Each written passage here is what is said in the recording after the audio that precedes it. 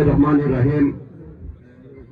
বাংলাদেশ জাতীয়তাবাদী দল বিএনপি মনোনীত ও জমিয়তুল উলামায়ে ইসলাম সমর্থিত ধানের শীষের প্রার্থী বিরাইশালার অবিসংবাদিত নেতা জননেতা জনাব নাসিরউদ্দিন চৌধুরীর আজকের এই নির্বাচনী সমাবেশের ১ নং ওয়ার্ডের নির্বাচনী সমাবেশের সম্মানিত সভাপতি, উপস্থিত আছেন আজকের এই সমাবেশের প্রধান অতিথি আপনার আমার প্রিয় নেতা সুনামগঞ্জ জেলা বিএনপির সাবেক সফল আহ্বায়ক জননেতা জনাব নাসিরউদ্দিন চৌধুরী।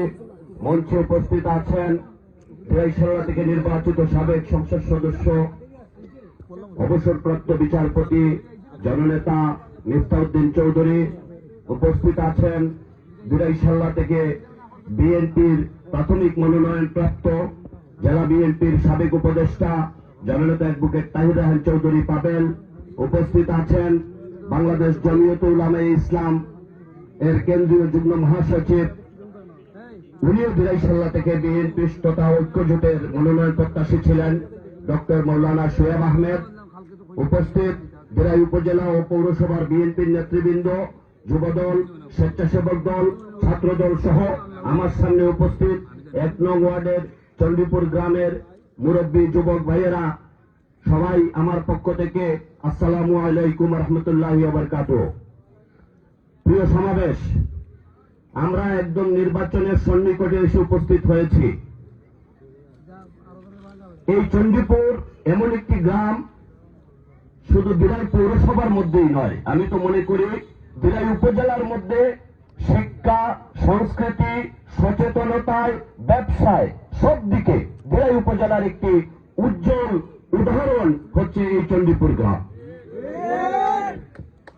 এই চণ্ডীপুর গ্রামে প্রত্যেকটা পেশার মানুষ আছেন, সাংবাদিক, শিক্ষক, আইনজীবী, ডাক্তার এবং ব্যবসার কথা তো আমি নাই বললাম। চণ্ডীপুর তো ব্যবসার জন্য অনেক বিখ্যাত, কারণ বিরাই বাজারের ব্যবসা প্রতিষ্ঠানের অধিকাংশই আপনাদের। সেই যে সচেতন একটি গ্রাম, এই সচেতন গ্রামবাসী ভোট দিবে সচেতন ভাবে না, নাকি মুখরোচক গল্প উন্নয়নের শুনে আপনাদের কাছ থেকে ভোট নেওয়া যাবে? আপনাদের ভোট আপনারা দিবেন, আপনারা জেনে বুঝে চিন্তা করেই দিবেন যে কাকে দিয়ে চণ্ডীপুরের উন্নয়ন হবে তথা বিরাইশালার উন্নয়ন হবে, ঠিক না? এই বিরাইশালা ৪৫ বছর এই বিরাইশালার মানুষকে সেবা দিয়ে গেছেন যেই নেতা, উনি আজকে আমাদের প্রার্থী। উনি ওনার জীবনের শেষ পর্যায়ে এসে উপনীত হয়েছেন। হয়তো বা আগামীতে আর আপনাদের সামনে নির্বাচন করতে পারবেন না। উনি যখন যুবক ছিলেন তখন বিরাইশালায় এসেছিলেন। তারপর থেকে আমি দেখেছি, আমি যখন ছোট ছিলাম তখনও দেখেছি এই চণ্ডীপুর থেকে আলতাফউদ্দিন মাস্টার সাহেবকে ইউনিয়ন চেয়ারম্যান করেছিলেন কে করেছিলেন আপনারা বলেন না? নাসিরউদ্দিন চৌধুরী করেছিলেন না? হাজী আহমদ মিয়া সাহেবকে বিরাই পৌরসভার প্রথম মেয়র আপনারা ভোট দিয়ে নির্বাচিত করেছেন। কিন্তু হাজী আহমদ মিয়া সাহেবকে বিরাই পৌরসভার প্রতিটি মানুষের ঘরে ঘরে নিয়ে গেছিলেন কে? নাসিরউদ্দিন চৌধুরী না? আলহাজ আব্দুল কুদ্দুস সাহেবকে বিরাই উপজেলার চেয়ারম্যান বানিয়েছিলেন কে? একটি গ্রামে যদি একজন নেতা ইউনিয়ন চেয়ারম্যান, পৌরসভার মেয়র, উপজেলা চেয়ারম্যান দেন, তাহলে আমাকে উনি একবার পৌরসভার মেয়র প্রার্থী করেছিলেন। আমি শুধু প্রার্থী হয়েছি বলে ওনার প্রতি চিরকৃতজ্ঞ। আমি পাশ করতে পারি নাই পরিস্থিতির পরিবেশের কারণে, কিন্তু যে গ্রামে ৩ জন মানুষকে ইউনিয়ন চেয়ারম্যান, মেয়র এবং উপজেলা চেয়ারম্যান উনি নির্বাচিত করেছিলেন, তাহলে তো আমি মনে করি চণ্ডীপুর গ্রামবাসীর নাসিরউদ্দিন চৌধুরীর কাছে অবশ্যই ঋণী। সেই ঋণ কি পরিশোধ করবেন না আপনারা? সেই ঋণ পরিশোধ করতে গেলে কি করতে হবে বলেন? 12 তারিখে সবাইকে নিয়ে 12 তারিখে এখানে তো আমরা শুধু পুরুষ মানুষরা উপস্থিত হয়েছি, আমাদের ঘরে মা বোনরা রয়েছে না, সবাইকে নিয়ে। এখন কিন্তু ভোট আর একটাই না, মনে রাখবেন। ভোট কয়টা থেকে শুরু হবে আপনারা জানেন? 7:30। তার মানে 7:30টার আগেই ভোটের লাইনে দাঁড়াতে হবে। আপনারা জানেন কি জানেন না, এই যে দল আমাদের প্রতিদ্বন্দ্বী, মিশরে একটা নদী আছে নীল নদ, আমি বলি নীল নদের পানি যেমন নীল না, জামাতে ইসলামের পিছনে ইসলাম লাগাইলে ওরা ইসলাম না। জামাতে ইসলামে ভোট কারচুপির একটি নীল নকশা রেডি করে রেখেছে।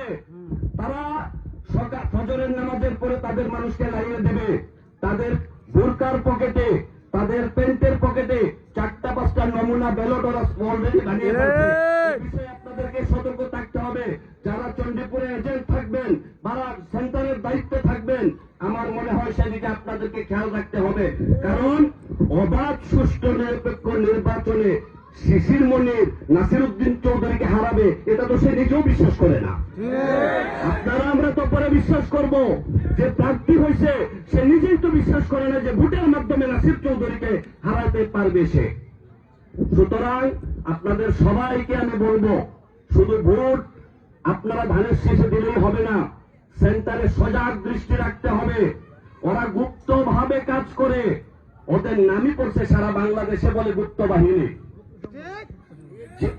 আপনাদেরকে একটা প্রশ্ন করি আমি, একজন ছেলে যদি অনেক বড় হয়ে গেছে শিক্ষিত হয়ে, আর বড় হয়ে যদি সে তার বাপের নাম মুখে নিতে লজ্জা বোধ করে, সে কি উপযুক্ত শিক্ষিত মানুষ? সে কি সুশিক্ষিত মানুষ? আপনাদেরকে বলে, একজন বক্তা বলে গেছেন, সে দাঁড়িপাল্লায় ভোট চাচ্ছে, জামাতে ইসলামী মনোনীত কথাটা সে বলতে চায় না।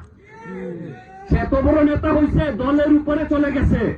2 দিন পরে এরকম লোক যারা নিজের দলকেও স্বীকার করে, তারা এই দিরাইশাল্লার মানুষের খোঁজ নেবে? দিরাইশাল্লার মানুষের পক্ষে থাকবে? দিরাইশাল্লার মানুষের বিপদে থাকবে?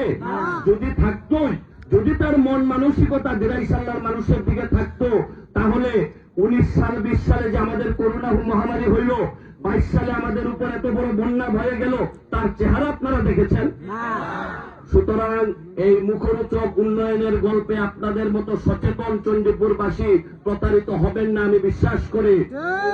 আপনারা 12 তারিখ আমাদের পরীক্ষিত নেতা, যিনি 50 বছর পরীক্ষা দিতে দিতে আজকে এই পর্যায়ে এসেছেন দিরাইশাল্লার মানুষের কাছে, সেই পরীক্ষিত নেতার হাতেই আমরা ধানের শীষ তুলে দিয়েছি। এবং 12 তারিখ দিরাইশাল্লা সহ চণ্ডীপুরের 1 নং ওয়ার্ড সহ দিরাই পৌরসভায় ধানের শীষের বিজয় নিশ্চিত করব। নাসিরউদ্দিন চৌধুরীকে জয়লাভ করে আমরা সংসদে পাঠিয়ে তারেক রহমানের হাতকে শক্তিশালী করব, সেই উদাত্ত আহ্বান এবং অনুরোধ জানিয়ে আমি আমার বক্তব্য শেষ করছি। বাংলাদেশ জিন্দাবাদ, বাংলাদেশ জাতীয়তাবাদী দল বিএনপি জিন্দাবাদ। ধন্যবাদ অ্যাডভোকেট ইকবাল হোসেন চৌধুরীকে সুন্দর বক্তব্য দেওয়ার জন্য।